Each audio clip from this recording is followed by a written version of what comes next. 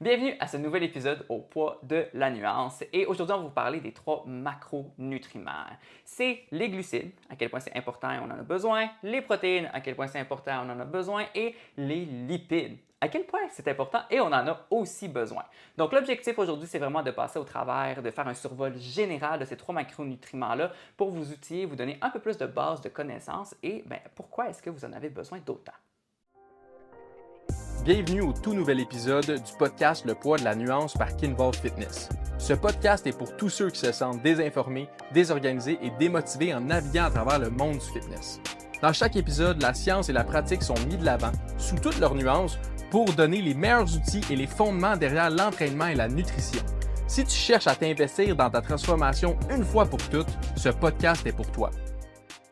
Alors, on va commencer avec les lipides. C'est quoi? Les fameux lipides. La réalité, c'est quoi en réalité? Comment tu peux retrouver des lipides? C'est vraiment, on va commencer par ça. Des noix, c'est des lipides. Mais là, du beurre de pinot, c'est aussi des lipides. De la viande, il y a aussi des lipides dedans. Le gras animal, c'est des lipides, right? Fait que les lipides, c'est souvent ce qu'on considère le gras. Ouais. Right? Évidemment, il y a des meilleures sources que d'autres, mais ça, c'est quelque chose dans lequel on ne rentre pas en contexte. Fait que tu peux vraiment en trouver dans les avocats, toutes les huiles, le beurre, la margarine, tout le kit, ça, c'est des lipides. Sont-ils le démon? Non, c'est pas vrai. Évidemment que non. Évidemment que non. Puis, ils ont des rôles quand même très tranchés dans le corps humain. Puis, on en a besoin, ça c'est intéressant de savoir, on en a besoin d'un minimum. Parce que, vous allez comprendre avec les rôles, mais les lipides servent à réguler les hormones et à construire la cellule. Fait que déjà là, quand on sait qu'on est des humains faits de cellules, puis que les hormones dictent pas mal comment on vit dans notre journée, bien on sait qu'ils sont très importants. Fait qu'en temps normal, dans l'alimentation, on veut un minimum de 20% de lipides. 20% dans le fond de tes calories devraient être des lipides. Exactement. En gros, c'est ça. Est-ce que ça veut dire que c'est beaucoup de lipides qu'il faut manger? Non. Non. Pourquoi? Parce que les lipides en tant que tels sont plus caloriques que les autres nutriments. Okay? Fait que dans le fond, 1 gramme de lipides, c'est 9 calories. Okay? C'est ce que ça veut dire. Fait qu'évidemment, pour faire monter tes calories avec des lipides, c'est quand même plus rapide que les autres nutriments, glucides et protéines, qui sont respectivement 4 grammes par calorie. 1 gramme pour 4 calories. 1 gramme pour 4 calories. Mon Dieu, je me suis perdu moi-même. Fait que c'est ça. Fait qu'en termes de lipides, c'est vraiment ça, généralement, qu'est-ce que c'est qu'un lipide? Ils ont leur utilité autant au niveau de la perte de gras, puis ça a l'air bizarre parce qu'on se dit, hey, manger du gras pour perdre du gras? Oui, t'en as besoin. Fait que, au niveau de la perte de gras, de quoi ça a l'air? Fait qu'au niveau de la perte de gras, dans le fond, souvent, le rôle des lipides, ça va être vraiment les bases de la régulation hormonale. Donc, la problématique qu'on va voir avec les lipides, qui est en fait leur principal inconvénient, c'est leur densité calorique. Ouais. Et ça, c'est vraiment le macronutriment qui passe le plus inaperçu d'une certaine manière parce que depuis le 21e siècle, on a une grosse focalisation sur les glucides. Ah oui. Mais le gras, c'est quelque chose qui est très rapide à augmenter. Puis c'est aussi innocent justement que la poignée de noix que justement le gros steak. Puis c'est drôle, j'avais une discussion aujourd'hui avec une nouvelle membre, une nouvelle cliente. Puis elle a dit hey, moi, ce qui m'amène de la joie, c'est manger un steak. Tu sais, un steak, c'est pas trop gras. Ça a une certaine concentration en gras. Mettons 4 onces, 10 grammes de lipides, là, gros, rapide de même. Sauf que c'est rare que tu manges un 4 onces de steak. Ça va être un 8 ou un 12. Fait que le désavantage des lipides, c'est super goûteux. Puis je me souviens plus exactement, c'est pas Organoleptique. organoleptique. Les qualités organoleptiques, le sucre, le sel et le gras, c'est ce qu'on est attiré vers. Fait qu'on est attiré vers ce type d'aliment-là.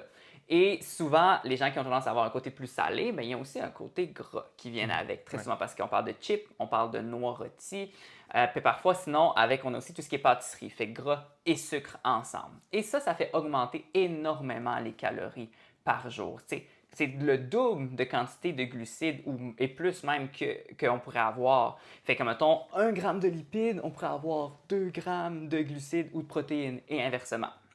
Fait que le principal inconvénient avec les lipides, même si on en a absolument besoin, c'est que c'est très dense en calories et ça passe inaperçu. Le beurre qu'on fait fondre, qu'on ajoute par exemple dans nos œufs pour faire cuire notre œuf, l'huile qu'on met dans notre sauté, c'est rare que c'est une petite goutte d'huile, une cuillère à soupe d'huile d'olive, c'est 120 calories one shot, là. C'est énorme. Ça monte vite, vite, vite. Fait que souvent, la problématique, c'est pas le lipide en tant que tel, c'est la quantité de calories qui est associée et la facilité qu'on a à manger des lipides en excès. Fait que ça, c'est le principal inconvénient qu'on a en perte de gras pour les lipides. Ce que je veux mentionner qui est super important à comprendre, là, c'est que calorique ne veut pas dire non santé. Exactement. Parce que là, on ne parle pas comment manger de façon santé. Parce qu'évidemment, oui, les lipides, les avocats, les noix, c'est super bon. Puis c'est pas ça le point. En fait, le point, c'est comment manger dans ce contexte-là, vu qu'on est en perte de gras, en déficit calorique. Puis, veut pas, la seule problématique avec ça en déficit calorique, c'est que les lipides, pour le même nombre de grammes, vont avoir 2 fois plus de calories. Fait que, tu sais, est-ce que c'est mauvais? Non. Est-ce qu'on dit que c'est mauvais? Pas du tout. C'est juste que ça peut monter plus facilement des calories, chose qui peut être intéressant quand tu veux prendre de la masse. Oui, exactement. Puis c'est souvent ça, moi, que les gens me disent, j'arrive pas à manger assez. Comment je fais pour prendre de la masse? J'arrive pas à manger assez. Mais l'inverse est aussi vrai avec ce qu'on vient juste de dire. Si tu n'arrives pas à manger assez, tu n'as peut-être juste pas besoin de manger plus, mais de mieux choisir. Choisis des choses qui ont plus de lipides, par exemple. Ah, ouais. Mange des noix. Mets de l'huile d'olive. Il y en a qui prennent des shooters d'huile d'olive, mais ça, faites jamais ça, là, c'est terrible. Mais l'idée, c'est que les lipides peuvent quand même servir à augmenter les calories pour réussir à atteindre un certain nombre de calories pour être en prise de masse. Fait que des fois, on est comme, j'arrive pas à manger plus, puis pourtant, je mange du poulet puis du riz. Mais du poulet puis du riz, là, c'est pas très calorique. Ah oui. Mais change ton poulet puis du riz par du poulet puis du steak haché. Le steak haché, il y a déjà plus de lipides dedans, fait que ça monte tes calories sans que tu manges plus de quantité. Fait que c'est ça l'idée aussi qui peut être pratique au niveau des lipides. Évidemment, dans le contexte où on parlait, on a quand même besoin du 20% minimal. Toujours le minimum. Toujours là. Puis on en a quand même besoin. Fait que les recommandations restent les mêmes au niveau des lipides en prise de masse, mais ça peut être un outil pour vous, justement, les lipides dans ce contexte-là. Exactement. Fait que c'est vrai, ça a ses avantages et ses inconvénients. Encore une fois, le but, c'est pas de démoniser les lipides. Ils ont eu leur phase démon là, avant les années 2000, mais c'est vraiment essentiel au sein de l'alimentation. Maintenant, la deuxième chose qui est essentielle dans les macronutriments, c'est les protéines. Puis là, vous en avez entendu beaucoup, on en parle tout le temps des protéines, mais là, on en reparle aujourd'hui à quel point c'est important aussi dans un contexte de perte de gras et dans un contexte de développement musculaire. Donc, Jérémy, c'est quoi les protéines? C'est juste, en fait, avant, ça m'a fait penser, tantôt, tu disais, on est focalisé sur les glucides. On est vraiment focalisé sur les protéines aussi. On est focalisé là-dessus. Hey, les protéines, là, ça, c'est l'affaire. Souvent, il y a des gens qui m'écrivent, ils sont comme, j'essaie de prendre de la masse, puis pourtant, je mange 300 grammes de protéines. Je suis comme, oh, il n'y a pas juste les protéines. Oui, oui. Mais il y a un fond de vérité avec ça, parce que la protéine, en tant que telle, sert à garder ou à permettre la récupération du muscle. OK? Fait que ça, c'est sûr que pour cette raison-là, on a des besoins minimaux en protéines. C'est un 0. Puis c'est pas énorme, là. Si tu veux juste, les besoins minimaux, c'est 0,8 grammes par kilogramme. Fait que c'est pas énorme. Mettons que tu pèses 100 kg. Ouais, peut-être pas. 100 kg, c'est 220 livres. Fait que, mettons, on dit que tu pèses 70 kg, pour un 150 livres. Là. Ouais, le calcul va être difficile à faire, non? Ouais, on va dire, mettons, 56. Ouais, environ 0,8. Mettons 56 grammes de protéines pour quelqu'un de 70 kg. C'est pas tant significatif que ça. On parle d'un 200 grammes de poulet. Puis en passant, je fais une parenthèse aussi parce que j'ai eu ça récemment. Quand on parle de grammes de protéines, là, on parle vraiment des protéines en tant que telles. Quand on parle, c'est pas la quantité de viande qu'on doit manger parce que dans un 100 grammes de poulet, on a 25 grammes de protéines complètes là-dedans. On se pas toute de la protéine. Fait que ça, c'est une autre parenthèse que je voulais faire. Ouais. Fait que donc, si on part de l'optique que la protéine sert à garder la masse musculaire, Ou en créer, elle est super utile au niveau de la perte de gras. Mm-hmm. Pourquoi? Parce que quand moi et Simon, on parle de perte de gras, on parle pas de perte de poids. Parce que l'idée, c'est de garder sa masse musculaire et de perdre le gras. Parce que tu te lèves pas un matin en disant j'aimerais perdre la masse musculaire. Non, c'est pas ça le problème. C'est le gras que tu n'aimes pas sur ton corps. Fait qu'à ce moment-là, tu as des besoins en protéines quand même assez élevés. C'est ça. Dans un contexte de perte de gras, on va vouloir augmenter le plus possible les protéines. Puis ça peut aller là, jusqu'à 3,3 grammes par kilo. Là. Il n'y a pas de limite. Puis c'est pas dangereux pour vos reins non plus, inquiétez-vous pas. Fait qu'on veut l'augmenter le plus possible. Pas juste, par contre, parce que c'est utile pour les muscles. Parce que aussi, les protéines ont un effet de satiété, contrairement aux autres macronutriments, un peu comme les fibres, dans le fond. Fait que qu'est-ce que ça fait? C'est que quand on augmente l'apport en protéines, on diminue la faim qui peut être perçue. Pratique. Donc, C'est très pratique pour éviter de manger plus de calories, d'aller en surplus parce qu'on sent moins la faim. Fait que ça, c'est aussi une des raisons pour lesquelles on les met de l'avant. Deuxième raison, en fait, ce serait la troisième, c'est que dans le fond, les protéines, pour leur digestion, leur métabolisation, on a besoin d'énergie pour le faire. Fait qu'on parle d'environ 30% de l'énergie fournie des protéines qui sont nécessaires à la digestion. Pas qu'ils s'autodigèrent, mais qu'à mettons, on obtient un 25 grammes de protéines. C'est environ là, un 100 grammes de calories. Bien, notre corps, pour le métaboliser, aura besoin d'un 30 calories. Fait que ça vient contribuer aussi au déficit calorique. Ça nous permet de l'améliorer. Si on mange, par exemple, 100 grammes justement de protéines par jour, puis là, on a un 400 calories au final, bien, on a un 120 calories qui a été dépensé juste pour sa digestion puis sa métabolisation. Fait que c'est un 120 calories de plus qui sert à notre déficit. Ça, on appelle ça la thermogénèse des aliments. Et dans le fond, c'est très pratique avec les protéines. Fait que c'est les trois raisons pour lesquelles on veut absolument les augmenter, les protéines, dans un contexte de perte de gras. Puis au niveau de la prise de masse, on vous apprendra rien, là. On a besoin de protéines, évidemment, pour bâtir la masse musculaire. Fait que ça va de soi. Là, j'entends une livre, 1 gramme par livre. C'est une estimation. Ouais. Mais il y a un intervalle qu'on parle de 1,6 à 2,2 grammes par kilogramme. Fait qu'à ce moment-là, ça donne un intervalle, mettons, je ne vais pas faire un calcul, mais ça donne un intervalle avec une borne minimale puis une borne maximale que tu peux rester dans cet intervalle-là, qui va être optimal au niveau de la prise de masse, au niveau du développement musculaire. Optimal. Est-ce que si tu le dépasses, c'est problématique? Pas vraiment, mais l'idée, c'est que tu veux pas. Je veux dire, tu vas avoir besoin des autres nutriments aussi, fait que bourre-toi pas juste de protéines. C'est difficile de manger beaucoup de protéines aussi. Là. Encore une fois, le contexte inverse des lipides, c'est que ben, ça, c'est plus difficile à manger en grosse quantité. Ça crée beaucoup de satiété, fait que c'est du volume, c'est des aliments qui sont denses physiquement, fait que c'est difficile à manger 200 grammes de poulet, tu le manges longtemps ton poulet. Faut que tu veuilles. Fait qu'à ce moment-là, on s'entend que c'est ça, les protéines ont un effet autant protecteur pour la perte de gras, mais qui peut permettre de accentuer la prise de masse. Exact. On peut les maximiser les résultats qu'on veut. Et souvent, pour faire simple, on entend une livre pour 1 gramme, juste parce que c'est simple. Par contre, vraiment, le 1,6 à 2,2, c'est un peu plus pratique puis c'est moins stressant. On est moins comme « faut absolument que je mange mon poids en protéines ». Ce qu'il faut savoir aussi, c'est qu'on n'a pas, d'un individu à l'autre, on a vraiment des variations importantes du besoin. En fait, la quantité de synthèse de protéines musculaires qu'on va faire selon l'apport en protéines qu'on a. Donc, chez certaines personnes, il y en a qui vont être beaucoup plus, ils vont avoir besoin plus proche du 2,2 que d'autres. Donc, souvent, dans le doute, on met les gens plus haut en protéines parce que de toute façon, même s'ils ne les utilisent pas pour la synthèse de protéines musculaires, bien, le corps va l'utiliser pour toutes les autres fonctions qu'ils ont pour les réactions des enzymes. Bref, ils vont les utiliser. C'est pour ça que souvent, on s'en va plus à la hausse que vers la baisse. Oui, puis, tu sais, là, je vous entends déjà, moi, je dois manger quoi pour mon corps ou whatever.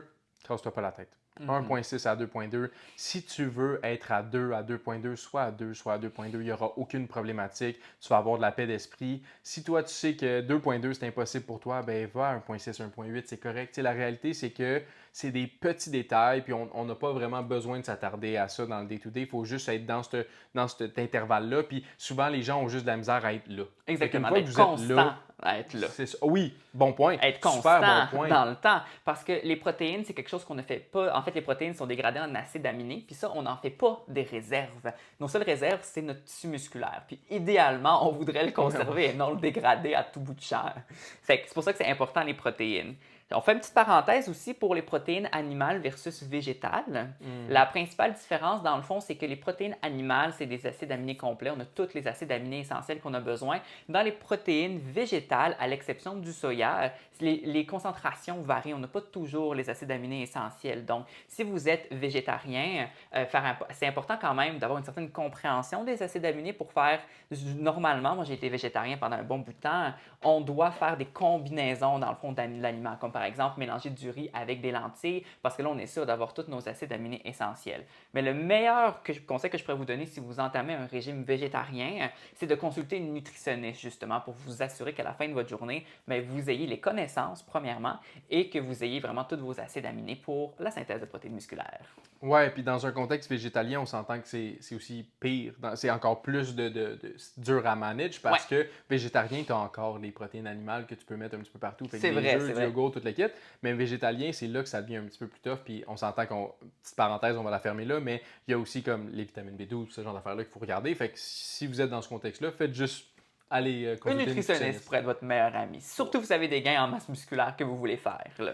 Mais mettons qu'on veut parler du démon. Non, c'est pas vrai. Non, je niaise. Mettons qu'on est rendu aux glucides, qui est souvent, justement, tu sais, je faisais la joke comme quoi c'était le démon, mais c'est souvent eux qui sont mis de l'avant. Avant qu'on continue, j'ai un petit service à te demander. Si tu aimes ce genre de contenu, laisse un like ou un 5 étoiles, puis partage avec un ami qui pourrait bénéficier de ce genre d'informations-là. Qui sait, tu pourrais peut-être nous aider à remplir notre mission de rattraper les erreurs du fitness une personne à la fois. Pourquoi on pointe du doigt les glucides? Juste qu'on commence comme ça. Écoute, on pointe le doigt les glucides parce que c'est les aliments qu'on mange quand même avec le plus de concentration, hein, souvent. Et c'est des aliments que on... Comment je pourrais dire ça? Avec la venue des régimes, dans le fond, hein, on a accordé beaucoup d'importance à enlever certains aliments. Puis la meilleure manière d'enlever des calories, c'est d'enlever un macronutriment. Et le seul macronutriment qui n'est pas essentiel à la survie, c'est les glucides. Parce que protéines, on en a besoin pour les muscles, pour les enzymes, lipides, on en a besoin pour nos régulations hormonales. Mais les glucides, notre corps peut les synthétiser à partir de lipides et même d'acides aminés, là. Fait que c'est pour ça que souvent, ben, on se retrouve confronté au fait que, ben là, si tu ne sais pas quoi couper, qu'est-ce que tu coupes? Le pain, les pâtes, Ouais. puis les patates. Mais la réalité derrière ça aussi, c'est que ça part tu sais, on est à quoi? 50-55% de notre alimentation occidentale de glucides. Fait que tu sais, tu te dis, ah, qu'est-ce que je peux couper là-dedans? Les glucides, c'est une Les grosse partie, glucides. tu sais. Fait que, mais c'est super intéressant de savoir que reste que autant pour la perte de gras que pour la prise de masse, je veux dire, t'en as besoin. T'as des réserves aussi dans tes muscles de glycogène qui doivent être entertained aussi. Fait que oui, ils peuvent utiliser certaines. En fait, ils peuvent pas synthétiser des glucides, mais ils peuvent synthétiser des choses qui vont faire le rôle des glucides. Mais ça reste que ces choses-là, comme l'acide cétonique, ben, c'est des déchets métaboliques. Fait qu'à un certain point, tu es toujours mieux de donner le rôle du glucide au glucide. Ça va de soi. Exactement. Fait que, mais il n'y a pas comment je peux dire ça, de limite minimum. Il y en a C'est une ça, pour exact. toutes les autres, mais il n'y en a pas pour les glucides. Fait que je pense que ça rend ça un petit peu plus, moins mortel, si je peux dire ça comme ça, Exactement. à Ouais. couper. Mais qu'est-ce que c'est qu'un glucide? On va commencer de même. Fruits. Fruits et légumes, il y en a beaucoup dans les légumes aussi. À la base, pain, pâte, patate, on l'a dit. C'est ça, c'est tout ce qui est à base de, même les bonbons, ça c'est des sucres qui Ouais, sont... ouais. Fait que tout ça, c'est ce qu'on peut considérer des glucides. Mais maintenant, à quoi ça sert? Si on en a-tu besoin, on n'en a pas besoin, à quoi ça Ben, sert? c'est notre principale source d'énergie pour notre corps. Puis quand je dis principale source d'énergie, c'est que c'est celle qui est la plus accessible rapidement. On n'a pas besoin de faire des grosses conversions, des grosses transformations, des réactions chimiques pour aller la chercher. On en a besoin pour la contraction musculaire. On a besoin de cette production d'énergie-là. Les glucides ont aussi un effet protecteur de la masse musculaire. Et oui, protecteur, parce que si on n'a pas suffisamment de glucides, on va utiliser d'autres substrats énergétiques, dont les acides aminés et les protéines, pour convertir en énergie. Fait que l'effet protecteur est souvent oublié. L'effet protecteur de la masse musculaire est vraiment oublié au niveau des glucides, mais c'est leur principale fonction. L'énergie, là, c'est essentiel à la survie de tous les organes du corps. Puis prends l'exemple, tu sais, pour ceux qui ont déjà essayé d'être en déficit, évidemment, souvent les glucides diminuent. Puis comment qu'on se sent? Pas très bien. C'est Moins difficile. d'énergie. C'est vraiment moins d'énergie. Fait qu'on peut voir la différence des glucides justement sur notre corps. T'sais. Puis ça, c'est justement en perte de gras, on en a besoin pour cette raison-là. Je veux dire, on veut. Oui, c'est le plus facile à couper parce qu'on a des limitations minimales avec les autres, mais reste que on le ressent en perte de gras quand on le coupe, puis on en a quand même besoin parce que déjà qu'on est en déficit calorique, ben on veut quand même aller chercher l'énergie qu'on peut utiliser rapidement. Parce que si on est en déficit calorique, puis en plus on n'a pas cette énergie-là, ça commence à être difficile. Là. Ça commence à être lourd. Et par rapport aux glucides, ce qui est important de savoir, c'est qu'on a souvent tendance à le démoniser parce que c'est quelque chose qu'on est moins instruit au niveau du portionnage d'une certaine manière. On a quand même une culture où est-ce qu'on va manger, mettons, je donne l'exemple du spaghetti. Fait qu'une assiette de spaghettis, c'est une énorme concentration de glucides. C'est ça qui fait que généralement, on a tendance à les couper. C'est parce qu'on en mange des grosses concentrations qui fait que ben là, ça nous crée un surplus calorique. T'sais. Une assiette complète de spaghettis, c'est 4 fois la portion recommandée d'une assiette normale en glucides. Là. Si je m'en vais à la base du portionnage, normalement, on voudrait qu'un quart de notre assiette soit un féculent, un tiers de l'assiette lorsqu'on est plus un côté sportif, puis on pratique des activités sportives. Donc déjà là, l'assiette de spaghettis, c'est un gros red flag. Fait que souvent, c'est des aliments qu'on a tendance, en fait, les glucides, on a tendance à les manger en haute concentration. Puis c'est aussi, je me souviens plus, organoleptique. Oui, c'est une bonne qualité organoleptique. Fait que bref, c'est quelque chose qu'on a tendance à vouloir encore plus. T'sais, c'est sûr que vous avez déjà entendu les cravings de sucre. J'ai un craving, j'ai ce besoin-là. C'est parce que c'est aussi très apprécié par notre corps. C'est logique, notre corps a besoin d'énergie, a besoin de glucides, puis il se dit, ben écoute, tout ce que des glucides, ben, je vais vouloir apprécier le goût. Mm-hmm. Si on revient un petit peu plus sur comment ça peut vous aider au niveau de la prise de masse, on a parlé un petit peu de la perte de gras, mais prise de masse, c'est le principe, c'est la même chose. T'sais. Si tu n'as pas assez de glucides, ben, quand tu t'entraînes, tu as besoin d'énergie que ton corps peut utiliser pour permettre à ton corps d'avoir les performances optimales. Donc, c'est sûr que il y a même des gens, en fait, qu'avant leur entraînement, ils vont prendre de la poudre de glucides, ils vont le mettre dans un shake puis ils vont le boire parce que tu pousses plus, tu es en mesure de donner plus d'intensité, de lever plus, tu te sens juste plus énergique, plus en forme avec des glucides. Fait en prise de masse, c'est pas à négliger. Puis si tu fais ta prise de masse, mais que tu ne prends pas de glucides, ça risque de non plus pas être la meilleure prise de masse que tu peux faire. Fait que c'est normal. Des fois, les gens ont peur. C'est normal que tes glucides soient plus que le reste des macronutriments. C'est totalement normal. Puis, sois-en content parce que c'est ce qui fait que ça te donne l'énergie quand tu es en surplus calorique. C'est ça, ça facilite ta capacité à développer de la force, littéralement. Fait que tu veux quand même en avoir, puis tu vas en avoir en concentration dans tes muscles parce que c'est là que tu as tes principales réserves de glycogène qui sont du glucose stocké littéralement. Fait que c'est super essentiel sur le volet prise de masse. Ça a aussi une importance en perte de gras, mais c'est le macronutriment en effet qu'on va couper le plus parce qu'il est moins essentiel. C'est une réalité, mais c'est quand même un aliment qui est essentiel dans une alimentation. Ce n'est pas le démon. Donc, bien entendu, là, pour conclure cet épisode, je tiens à rappeler qu'on n'est pas des nutritionnistes, fait que notre but, c'est juste de vous partager des informations d'ordre général de à quoi ça sert les lipides, les glucides, les protéines, qu'est-ce qu'on modifie dans le fond dans ce contexte de perte de gras ou de développement musculaire. Et vraiment, le but n'est pas de démoniser ou que vous tirez des conclusions qui pourraient ne pas être celles qui est réelle. Parce que on a besoin de tous les macronutriments, puis c'est vraiment une question d'avantages et d'inconvénients dans les processus. C'est pas une question de est-ce que c'est bon ou est-ce que c'est mauvais.